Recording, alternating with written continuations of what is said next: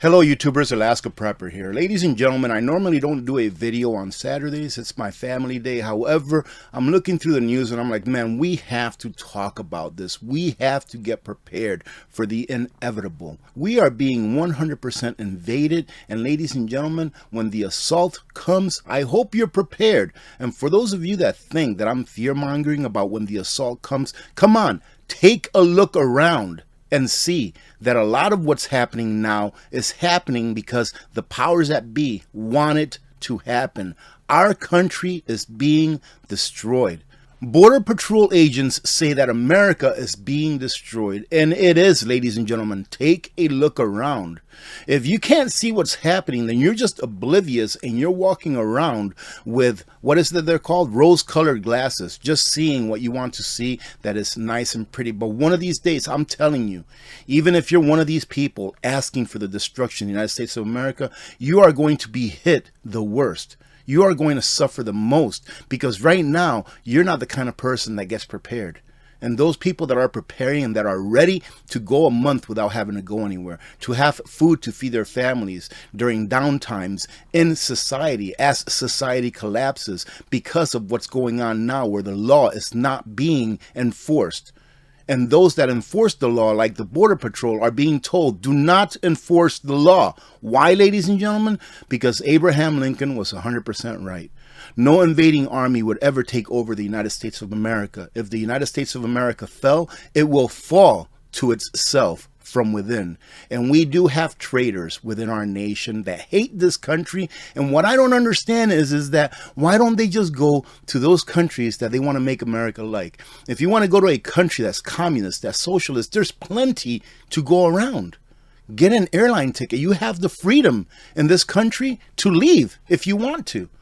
In some of those countries that you want to make America like, you don't even have the freedom to leave. You have to actually be smuggled out. And people are being smuggled in here at record numbers and we don't know who they are. Who do you think that's going to benefit? Ask yourself that question. It's not we the people. Now listen to this short story. 25 eager illegal immigrants jump out of an SUV and 50 from each van. 3 vehicles coming up to the borders being driven by coyotes and people that are smuggling people into the United States from the southern border.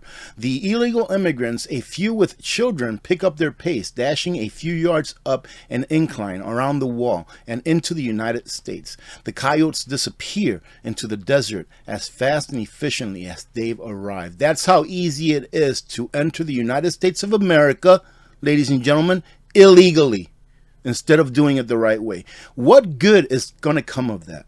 What good is going to come of all of these hundreds of thousands, millions of people that are entering the U.S. illegally? They are going to create and are creating a crisis that we, the people, are going to ask them to fix. That's the thing. We are going to ask them to fix the crisis they're creating.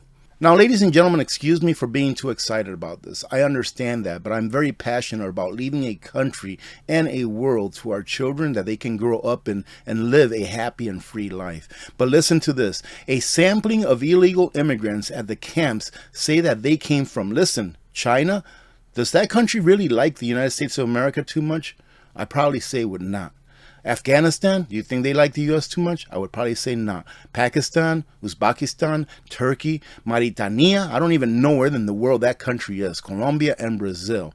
Mr. Schultz said that about 30% of the illegal immigrants in the latest wave to this camp over here, Jacumba, are from China. Do you really think that they are here in order to do good? Maybe some of them are, ladies and gentlemen. But I would say that when the S hits the fan, that probably not. The number of illegal immigrants released into San Diego County has doubled in the last 2 weeks from 400 to 500 a day, which is already an incredible number, to 800 to 1,000 a day. The Biden administration is not doing anything, and this is coming from a Border Patrol officer. They haven't done anything in the last 3 years, he said. The union fully supports the move to block the budget until the border crisis is solved, he said again. They should even withhold funding from sanctuary cities. This is a Border Patrol person talking, ladies and gentlemen, or a person that heads the Union of the Border Patrol, I believe. Chicago and New York, both sanctuary cities which shield illegal immigrants from federal immigration authorities, which I don't understand how any city or state can shield federal law unless the federal government doesn't care and wants them to get away with that crime. They are now realizing that the surge in illegal immigration over nearly 3 years is a bigger mess than anyone imagined, he said. You tell me if this is not by design. Come on, man. Can you not see what's going on? And now they want us to be disarmed like they always have. What happened in Ukraine? What happened in Israel? Right? For whatever side you're on, I don't care. This is not about that, but it's about this. In Ukraine, once they got invaded, what did the government start to do? They started handing out firearms like crazy, saying, here, I know that we had strict laws on firearms before, but now that we're being invaded here, I don't care if you have a license. I don't care if you have a background check. Here's a firearm. Now use it to defend the country. All right. So we went from a place in the Ukraine where they weren't very friendly with citizens having firearms to, hey, come on, come and get them. Right? And now we're wanting to ship them more, and we've shipped them a whole bunch of weapons, etc., etc. What happened in Israel? They have very tight firearm regulations and laws. What happened after they got attacked? I believe it was the Minister of Defense or something like that went out and said, hey, we're going to make it a lot easier for anyone that wants to have a firearm in their house. I know that at that time they were able to keep like a pistol, but I'm talking about like firearms that you can actually fight an enemy with instead of just a pistol. But not here, ladies and gentlemen. Not here in these United States of America. In the United States of America, not only is this administration allowing the border, the southern border, for anyone in the world, as you just heard me read, to come in without being checked, not knowing whether they're foe or whether they're friendly. But at the same time, they're like, hey, even though we have all of these millions of people entering our country, we don't know where they're really coming from, and we don't know whether they want to hurt us or not. Give us your guns. Why? Because you're American citizens. You give us your guns. Why? Because you're a law-abiding citizens. And that is the only group of people that these gun laws are made to hurt, are the people that are law-abiding. It breaks my heart whenever I see a gun buyback by whoever it is, and people are lining up to give away their freedom. That is what it is. It is very unfortunate, and let me tell you why. Thomas Jefferson once said, and again I'll be paraphrasing, he said that every few generations the tree of liberty has to be watered with the blood of patriots and tyrants. Who do you think the tyrants in history have always been? They've always been the ones that had power over the people. They have always been the tyrants. So why in the world, if you've studied a smidge of history, would you turn in your firearm? Well, if it's up to people like this right here that we've elected into office, we won't have to decide whether we turn them in or not. They'll just make us into felons overnight. Harris unveils new gun control initiative urging states to ban assault weapons and high-capacity magazines. Why is that? Because as soon as this law, if it does pass, or if states do pass these laws, as soon as they say, hey, you can no longer have assault rifles, whatever that is, right? Or high-capacity magazines, as soon as that happens, they're all going to disappear from the criminals. All of the criminals are going to be like, oh yeah, let's go ahead and turn those in because we need to make sure that we follow the law. No, they will be salivating and rejoicing that people are actually turning them in. Don't ever turn in your freedom. That is what you're doing. Instead, buy more freedom, ladies and gentlemen.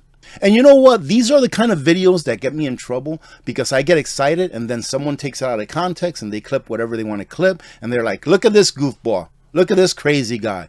So, I mean, you can very easily see some kind of a news place. And I don't want to be seen by any mainstream media. I want to talk to the people that want to listen, that want to do their own research, that love this country. I could care less about mainstream media. But ladies and gentlemen, we have to speak this.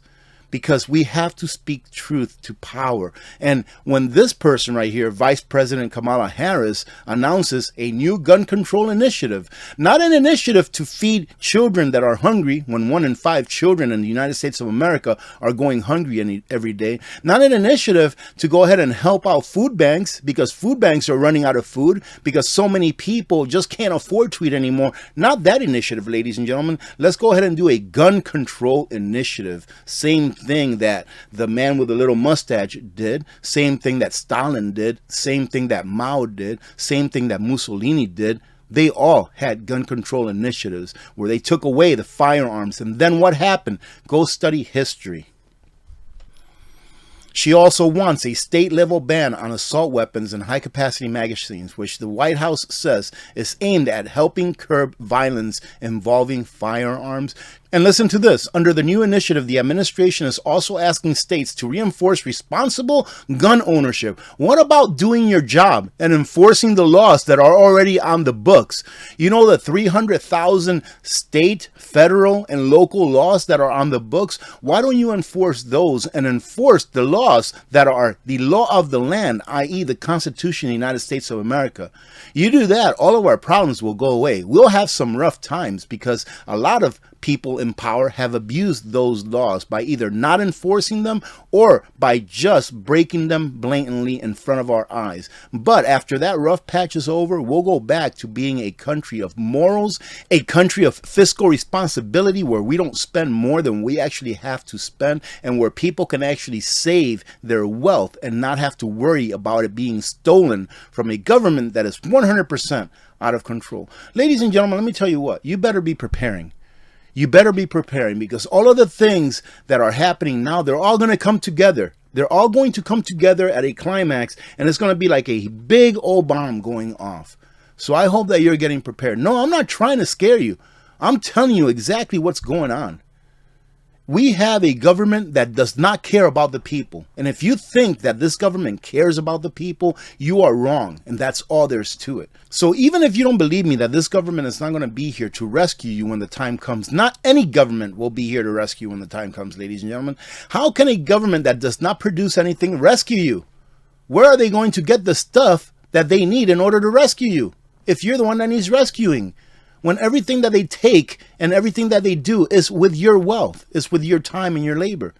Think about it that way, ladies and gentlemen. So even if you don't believe that anything is going to happen in the very near future or in the midterm, make sure that you're prepared, because you're going to need to be prepared. And take this for what it's worth. Vista Outdoors warns global shortage on gunpowder will set ammo prices on fire. U.S. Sporting and Outdoor Products Group Vista Outdoor warned in a letter to customers that ammunition prices are set to surge due to an anticipated global shortage on gunpowder. Now, take that for what it's worth, ladies and gentlemen. I haven't really done any research on this to see if that's actually going on in other countries as well, because if it was a global shortage, then other countries would be talking about it also. But I just thought that I put this out there. Why? Because this right here, ladies and gentlemen, unfortunately, is freedom.